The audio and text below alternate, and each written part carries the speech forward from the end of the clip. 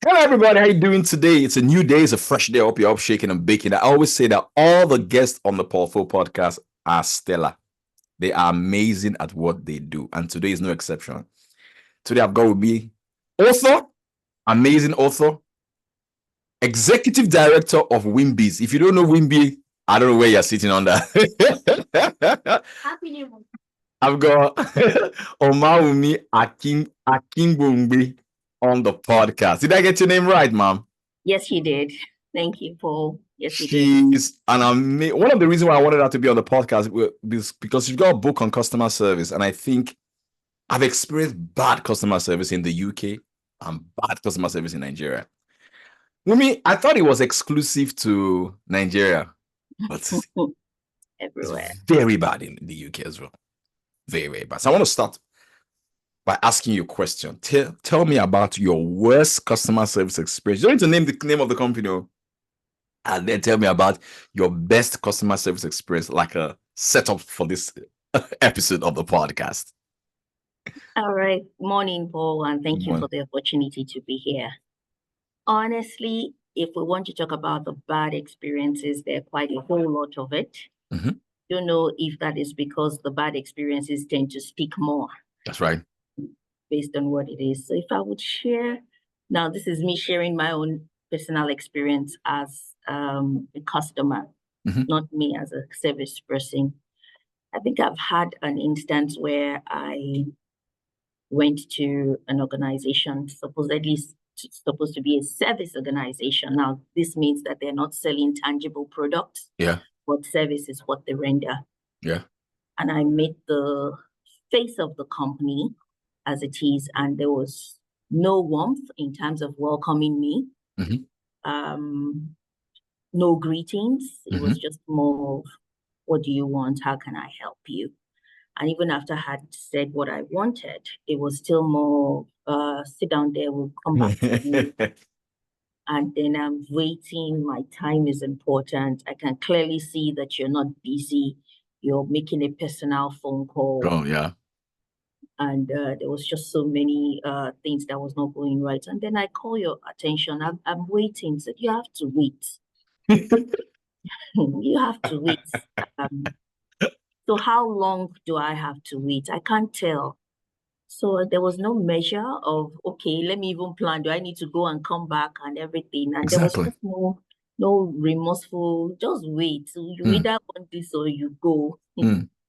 And then eventually I waited for Her Royal Highness to I like that. And then when she did, and I said, okay, I wanted to do this, and she said, oh, this is not available today. You might have to come back in another 2 or 3 days. And I'm like, you are joking. This is me after waiting almost an hour on a Monday morning to have this resolved. And you're telling me it cannot be resolved. And this was an information you could have given me. Yeah. And then when I was almost losing it, she just goes like, well, it's not my fault. It's not this, it's not that. So what do I do? Wow. That's very powerful. That's very, very powerful. And you said something very, very powerful, that they're telling you to wait without even telling you how long you will wait. I always had that issue with customer service people. They don't even tell you how long you will wait. Let me share expectations. I'm telling you, I like that. Manage the expectations. Why? I didn't know that there was a term for that. Very, very good. Let me share with you my best customer service experience. I went to Dubai for the first time in 2015. I flew Etihad.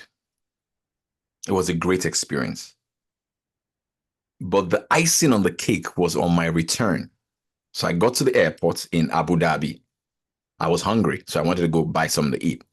As I got to the store to buy something to eat inside the airport, the guy says to me, oh, you don't have to pay for the food. That your ticket covers everything you're going to eat. I'm like, whoa. I mean, they went beyond my expectation. Yeah. So let me ask you a question, ma'am. Why is customer service important as a growth mechanism for businesses? Customer service is like the lifeline of an organization. Mm. If you want to check it, there's hardly anything that is like you have the monopoly of the entire value chain. I like that. So if you're into banking, there's so many banks. And I mean, whether you want to call it one name or the other, it's all accounts that you open in the long run. You need in different shapes and form. Even if you're a supermarket, everybody has products on their shelf. So the way you render that service, the way you make people feel, look at the experience that you shared now. It's been since 2015. Yes. And it's still relatable. Yes. The way you make people feel, your clients especially, is what helps you with your repeat businesses, is what helps you with your word of mouth advert, which is the strongest in everything that you. Now, you've spoken to me about it here. I'm wondering next time I'm going to Dubai, check them out since I have unlimited meals. Yes. It's the lifeline. So you really, really cannot. So many business will definitely be doing much, much better if they render service. So it's a good service. I mean, it's what keeps you going on. It's what sustains you in the long run. It's what differentiates you in the long run. Very powerful. That's where you render pretty much the same thing. Very powerful. Now, your experience and your case of customer service is very interesting because you have a lived experience. In other words, you've been in banking, managing high-profile clients. You know, people who are the movers and the shakers. What are some of the tips to manage high-profile people in terms of giving them customer service? Because some of them can be rude, some of them can be obnoxious, some of them want it now, some of them are very nice and sweet. What are some of the tips that you can give to manage those kinds of clients? So I usually start from you, the person that wants to render the service. You have to have the right mindset. You need to understand the purpose and reason why you are at that point rendering that service to the customer. And you also need to understand that your customer are diverse, coming with different backgrounds, different experience, different temperament, and even different states, what state they are at that point in time. Like that. So you have some clients that are like the most pleasant people most times, but there are some critical situations where they just don't want to have it. And you don't take it personal at that point. It's not the time where you say, would they talk to me like that and everything. There's a term I referred to in the book where I said that, I mean, we all carry baggages. Now, your baggage can be good and it can be bad. You as the customer service person needs to understand that everybody carries baggages, including yourself. At the moment you have an angry customer addressing you, they've come with their angry baggage and ready to drop it on you. That's right. If you allow that to happen, you have failed. So they're talking to you, telling you, if you are using all the foul words, you're not serious, you're not this, you're not that. Do not focus on that because that is the baggage. Focus on the pain points that client has. And they are expressing that pain point to you simply because they see you as a solution provider. So there's no point taking it personal. Just take it like, okay, I'll sift through the negative words and look deep down what exactly is the issue. He's probably upset because this is not coming out on time. And it's delaying so many other things. And if I'm being seen as a solution provider, it's a good place to be. You're like Jesus, trying to provide the solution. That's why they're talking to you. So focus on that bit. And you need to think on your feet, creatively and proactively. What can I quickly do? Even if I'm not solving everything, what can I do to ease this pain at this point in time? I like that. Fantastic. Fantastic. So I believe that customer service can be divided into 3 buckets. That there is the pre-service experience, there is during the service experience, and then there is the post-service experience. So I'd like for you to bucket them. Give us some tips. How can a company give amazing pre-service experience before they even walk into your premises, before they even engage? And tips again on how we can give amazing during service experience, and amazing post-service experience. If there's one company that gives really great post-service experience, is Amazon. The moment you order a product, you get an email instantly. Your product is on its way. It's on your door. We left it in the bin. We left it in front of the house. That's amazing. You know, they're managing the experience, like you said. You know, so can you share some tips for us? So for the pre, yeah, it's important that you know who your customers are. And you prepare for them. Mm. So if you say you're managing high net worth customers, they're not the type that want to come and queue or kept waiting. So you have to think through on how you can make that easy for them and they get that high net worth treatment. I like that. If you say you're dealing with high net worth customer, you have to know that most times you might not be able to be dealing with them directly. They have executive assistants and all that who they have interested so much in too. So you have to give them room for your organization to engage such executive assistants. So if there are documentations they need to sign up to give you a sort of disclaimer to engage this person on my behalf, have all of that so that whatever they then want done is seamless. So knowing your customer and preparing for them is very important. Very good. When they eventually come, you're ready. You don't seem like you did not even think things through. So you have to think through your entire value chain and prepare for them up from when they come, during, and after. I like that. That first bucket is very, very important because that's what will determine if they will continue the other phases with you. Now, the moment of truth is the middle one that you have mentioned. That's right. Now, yeah. You have out there, you've made adverts, you've promised this and that and everything. You've told the whole world this is who we are. Yeah. And I'm here. Let me put it that way, or you're better exceeding my expectations. So clients that will be the one that will be facing your customers, the face of the company, you have to be very deliberate about putting such people in that position. Pleasant face, good disposition, tolerance, and all that are things that you need to watch out for. Very, very soft skills beyond the expertise of, oh, I can do this in time and all that. The soft skills really matter when it comes to the face-to-face interaction.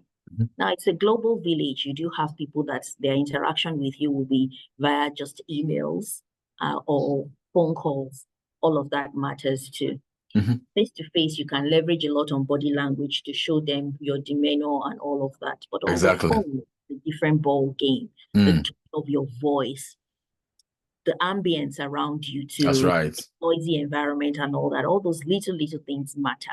The fact that you can also pay attention to details. You're taking notes. You're not interrupting the customer, allowing them to express themselves. All those soft skills matters. Post is then what you do afterwards. Wow, this is a masterclass, man. Yo. Did you see your promise? Did you follow up? Did you get their feedback? All of that matters. And even when you collate that feedback, do you just dump it there or you're taking time to analyze it and see on what can be improved on? And the truth is, when you do all of this, you end up getting more opportunities to either increase your sales or your service experience. That's right. Thank you. I mean, your team exemplified this even in the WIMBIZ conference I just spoke at. Immediately the conference was through, I got an email to say, what do you think about the conference? So they want to get feedback. I thought that was brilliant. Yeah, I thought that was really brilliant. So now that you've exemplified, you've explained the 3 buckets. Now I want you to pick an example on each of the buckets in your personal life or in someone else's life or some story from the book. Because I really want people to go get the book. Guys, you got to get the book. I'm going to put the link in the show notes on how to get the book. All right. Oops. The client is upset. All right. So you got to get a copy of that. I endorse the book. It's a great book. Well, I'm going to talk about it in the newsletter as well. I'm going to interview her again on Instagram Live in front of 60,000 people. So we're going to send this message out to the whole wide world. Yeah. All right. So people learn a lot from examples. I want someone who's listening to these and say, okay, how did the business use this? So let's talk about a pre. What example can you recall from your lived experience or someone else's lived experience on how I was on the phone with this client or I'm in their DM, the way they answered me, they were so swift. I've never started doing business. That's a pre. Have you got an experience on that? So I shared a story in the book, and probably I should just use that here. This was far back when I was still front desk customer service officer working in the bank. And of course, like I had mentioned, I had quite a lot of high net worth customer, and this particular man was not an exception. Always pleasant and all that. But this morning, unfortunately for me that day too, I was the only one man in the decks. We were usually 2, 3 that day, but one thing or the other, just not a good day. Yeah. And then I see him in the book, I call him Chief Collins, real name withheld. And then I see him storming into the banking hall. I clearly knew something was wrong. This is not the usual person I usually see. So as he was coming, I already started brainstorming. Okay, what was my last encounter with him? Is there something that I left undone? Come on, girl. His debit card. I recall giving it to him. I recall telling him the instructions to activate it. Okay, I couldn't come up with anything. So I just had to wait for him to approach me. And then he did, and I said, "Good morning, sir." Knowing fully well I was still all angry. I wanted to try and lighten up the whole. And he said, "There's nothing good about the morning. There's absolutely nothing good about this morning no more." So, sir, what happened? Don't even pretend like you don't know. Okay. Your whole bank is not working. You're not working. Your ATM doesn't work. Everything doesn't. This whole country does not work. I said, this one is issues beyond me, definitely, because I could tell. So that's the baggage that I talk about. Yes, something that has to do with me or the bank is upsetting him, but there's so much more upsetting him.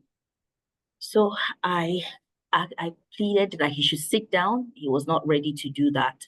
And then he brought out the ATM card from his pocket and still angry, gesticulating. Then the card flipped out of his hand and hit the bridge of my nose. That was very painful. And then I go, ouch, tried to pick up the card. Even some of the clients in the banking hall saw that happening and they had to approach me. "Are you okay?" I said, "I'm okay." Looking up, thinking I will see an apologetic Chief Collins. He had moved on, trying to help himself with a glass of water from the dispenser in the banking hall. So by the time I got the card and I looked at the envelope, I immediately knew what was wrong. So you have to be knowledgeable too, as a client officer. So I approached him and I said, "Oh, sir, I think I know what the problem is." "You will know what the problem is because you are the problem. You would this, you would that." Just like that. I don't think you have activated this card. The PIN is still sealed. "What PIN? What this? I don't have time for your banking jargons. I just want to take my money, give it to me across. I don't need more than 40K. And I think at that point we had a policy that we don't pay anything below 100,000.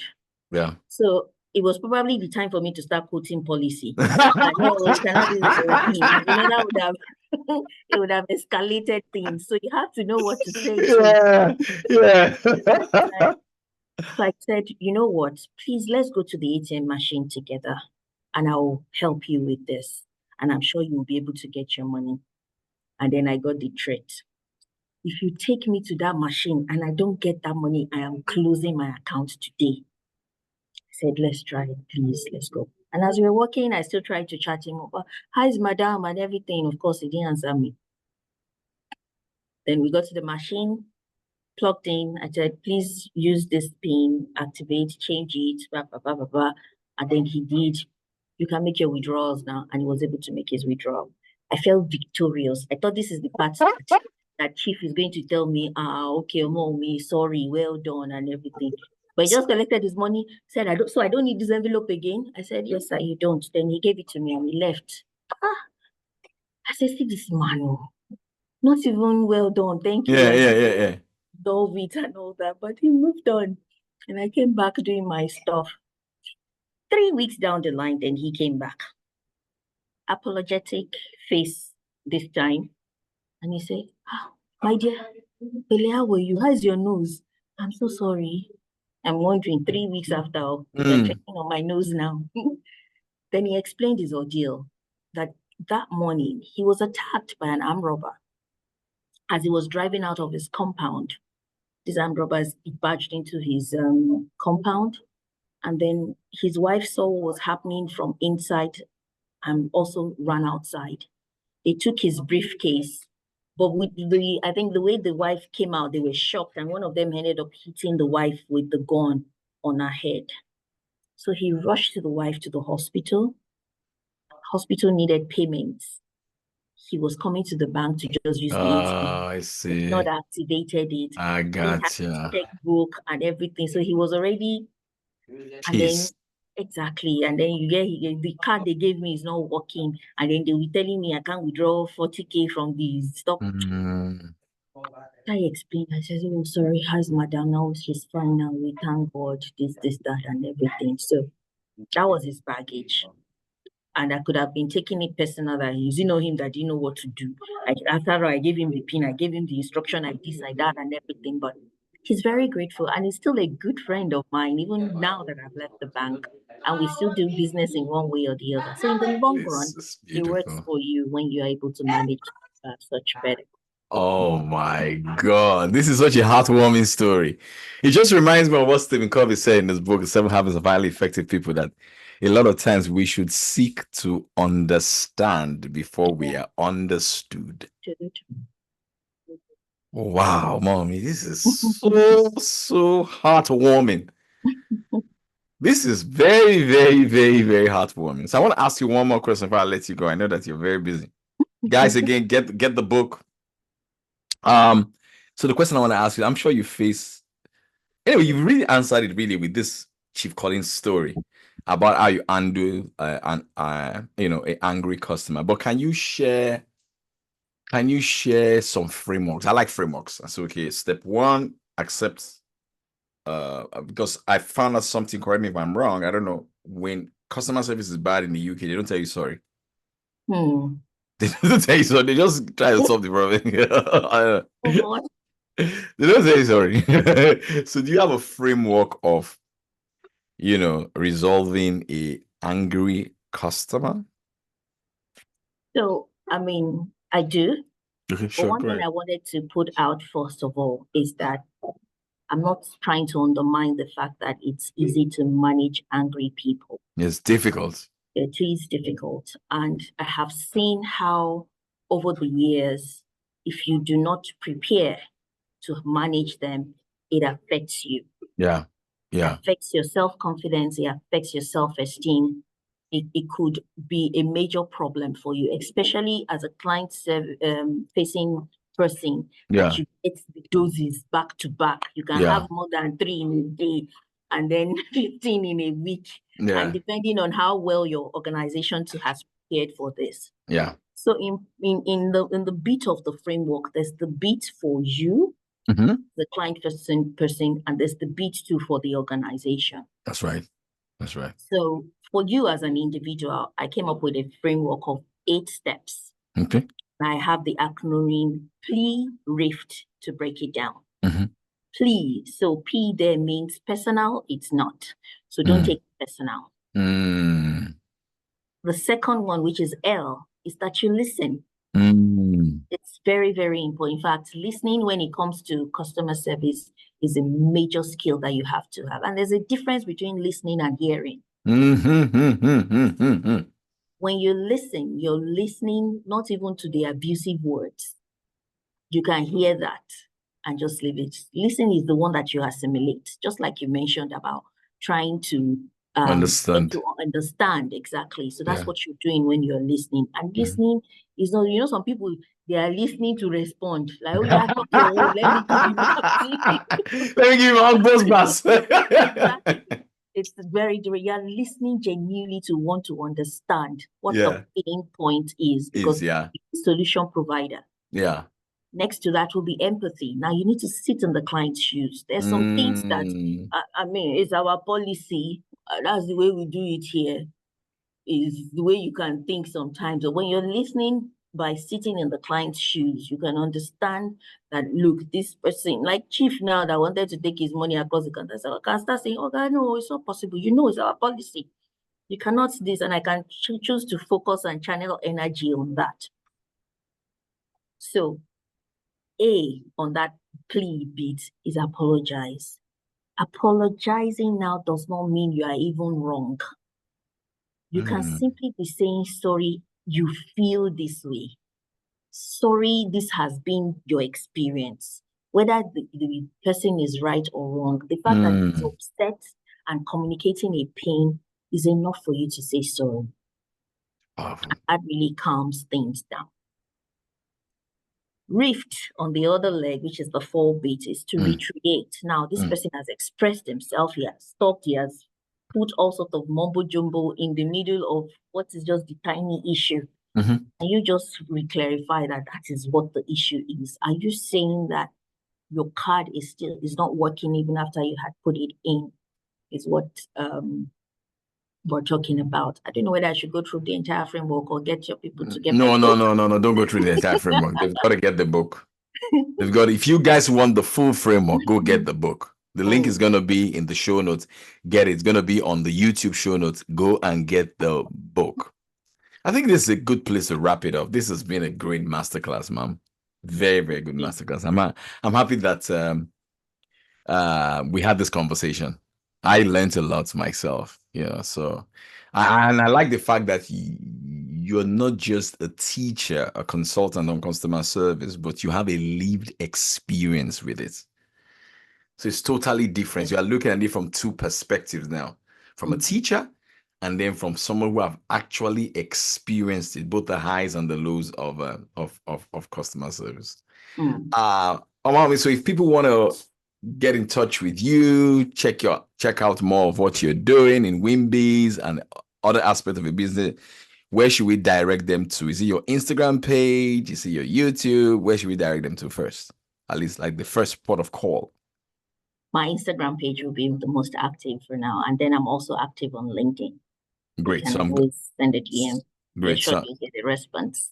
Great. So I'm going to put that in the show notes. This episode will come out this Sunday, and then people would learn a lot from it. So guys, if you enjoyed this, click on the subscribe button. If you're watching this on YouTube.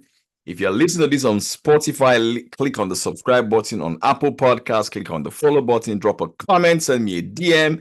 Send a mommy a DM. Take a screenshot that you actually listen to it, and she may just share you on our Instagram stories as well. So yeah, you never can tell, man. You never can tell. So thank you for coming. I'm going to stop the recording and then we'll just a little bit and then we'll call it off. Thank you so much. Thank you.